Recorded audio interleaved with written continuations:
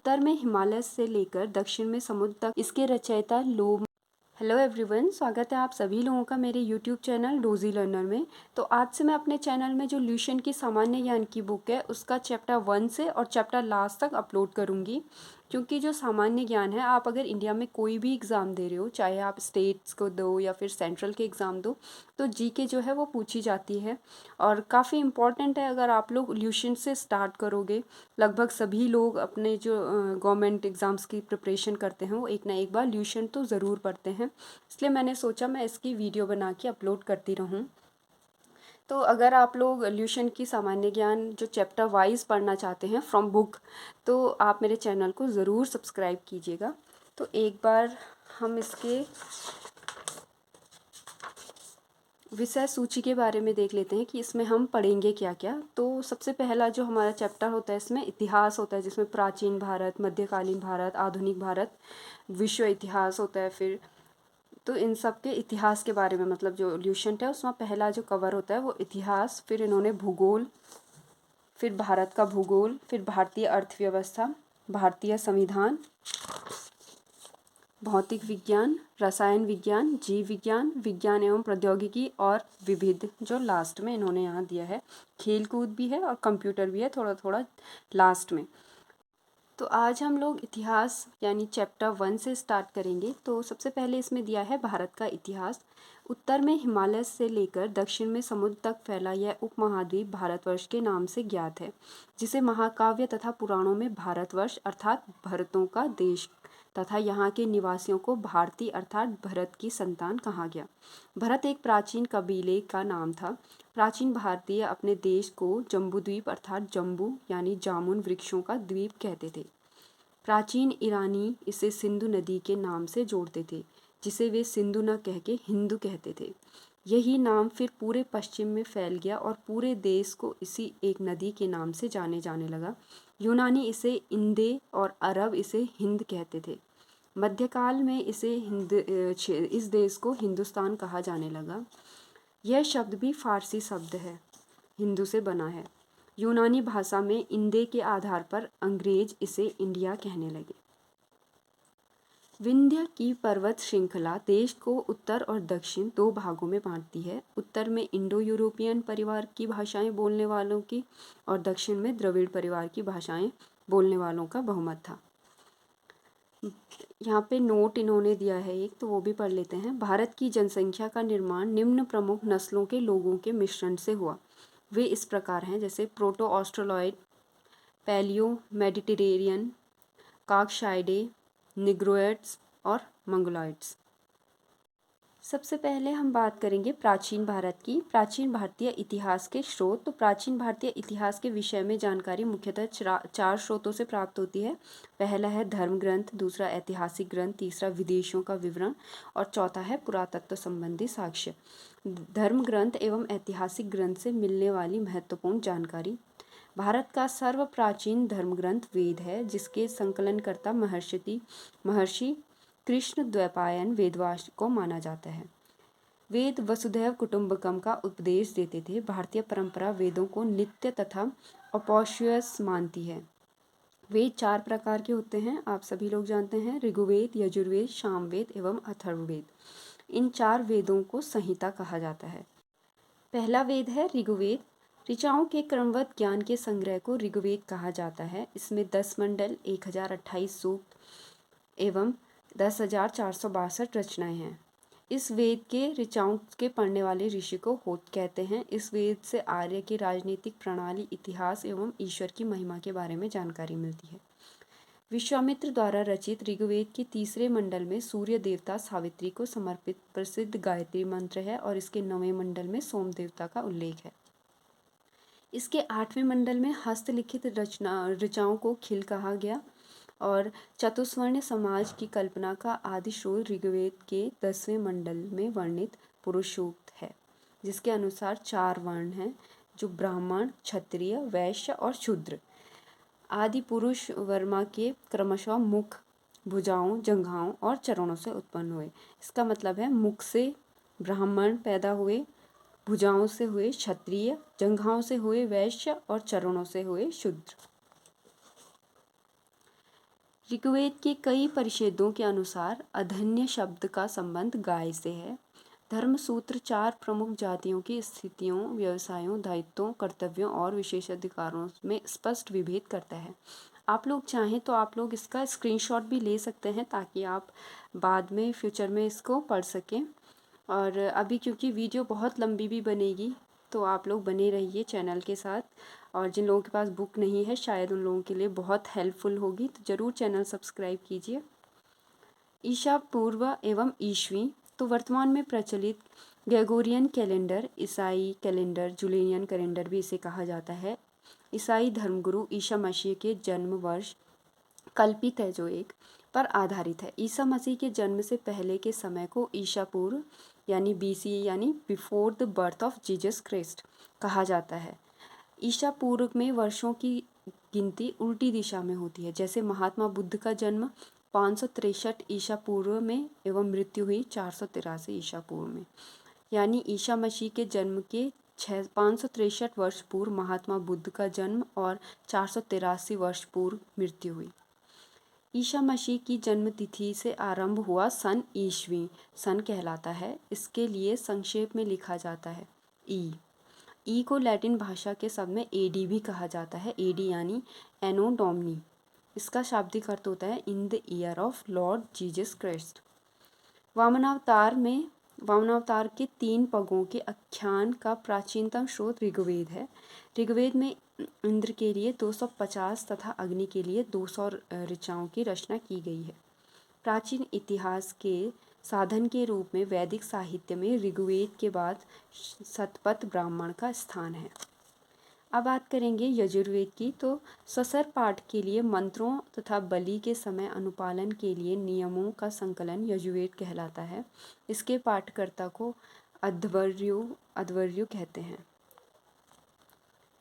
यजुर्वेद में यज्ञों के नियमों एवं विधि विधानों का संकलन मिलता है। इसमें बलिदान विधि का भी वर्णन है। यह एक ऐसा वेद है जो गद्य एवं पद्य दोनों में लिखा है। कई बार क्वेश्चन आ जाता है कि कौन सा वेद गद्य और पद्य दोनों में लिखा है, तो वो है यजुर्वेद। अब बात करेंगे सामवेद की, तो साम का शाब्दिक अर्थ होता है गान। इस वेद में मुख्यतः यज्ञों के अवसर पर गाए जाने वाले ऋचाओं यानी मंत्रों का संकलन है। इसके पाठकर्ता को उद्रातु कहते हैं। इसका संकलन ऋग्वेद पर आधारित है।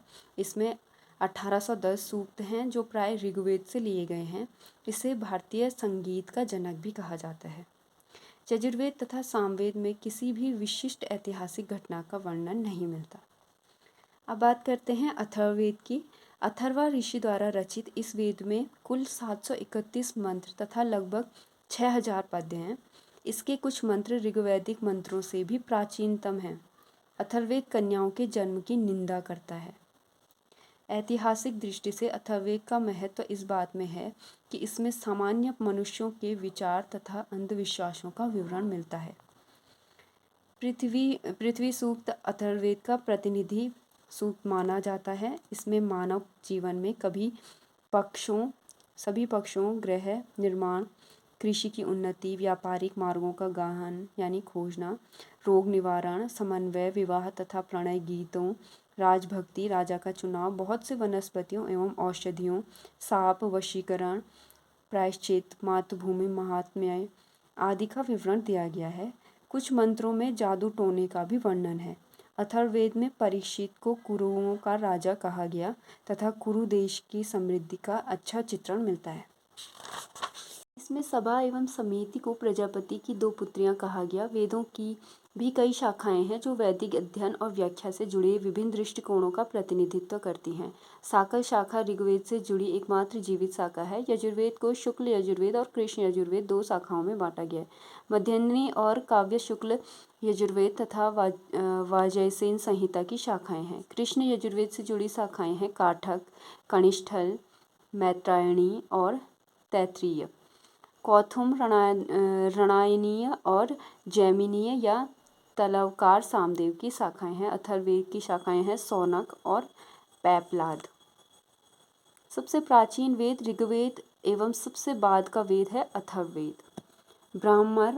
ब्राह्मण, आरण्यक और उपनिषदों की बात हम पढ़ेंगे। तो तो संहिता के पश्चात ब्राह्मणों, आरण्यकों और उपनिषदों का स्थान है। इनसे उत्तर वैदिक कालीन समाज एवं संस्कृति के विषय में जानकारी प्राप्त होती है। ब्राह्मण ग्रंथ वैदिक संहिताओं की व्याख्या करने के लिए एक गद्य में लिखे गए हैं। प्रत्येक संहिता के लिए अलग अलग ब्राह्मण ग्रंथ हैं, जिसे नीचे सारणी में दिया गया है। यजुर्वेद ऋग्वेद के लिए है ऐत्रेय तथा कौशिकी। यजुर्वेद के लिए है तैत्तिरीय एवं शतपथ। सामवेद के लिए पंचविश।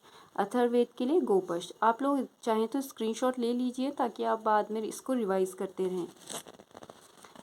इन ब्राह्मण ग्रंथों से हमें परीक्षित के बाद और बिंबिसार के पूर्व की घटनाओं का ज्ञान प्राप्त होता है।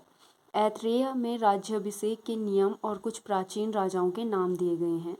शतपथ में गंधार, शैल्य, कैकय, कुरु, पांचाल, कोसल, विदेह आदि राजाओं का उल्लेख मिलता है। वैदिक साहित्य में ऋग्वेद के बाद शतपथ ब्राह्मण का स्थान है।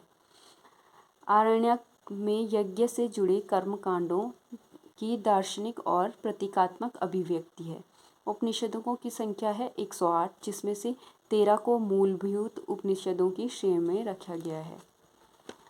शतपथ ब्राह्मण में स्त्री को पुरुष की अर्धांगिनी कहा गया है। जबालोपनिषद में चारों धामों का उल्लेख मिलता है। स्मृति ग्रंथों में सबसे प्राचीन एवं प्रामाणिक मनुस्मृति मानी जाती है एवं सुंग काल का माना ग्रंथ है। नारद स्मृति गुप्त युग के विषय में जानकारी प्रदान करती है। वेदांग एवं सूत्रों के बारे में अब हम पढ़ते हैं। तो वेदों को भली भांति समझने के लिए 6 वेदांगों की रचना की गई है। ये हैं शिक्षा, कल्प, निरुक्त, व्याकरण, छंद एवं ज्योतिष।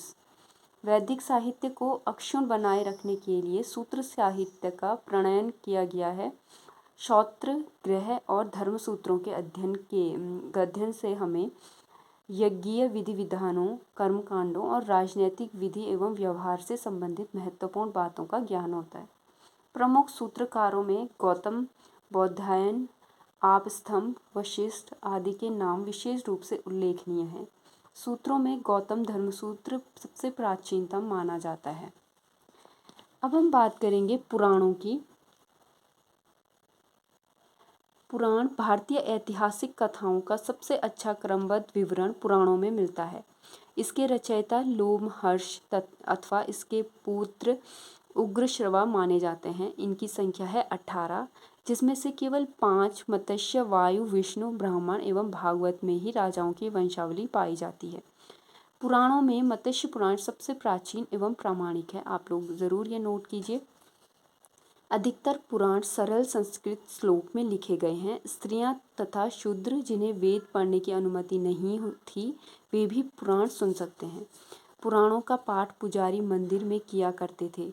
सामाजिक एवं सांस्कृतिक दृष्टि से अग्नि पुराण का काफ़ी महत्व है, जिसमें राजतंत्र के साथ साथ कृषि संबंधी विवरण भी दिया गया है।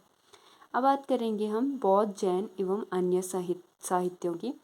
तो जातक में बुद्ध की पूर्व जन्म की कहानी वर्णित है।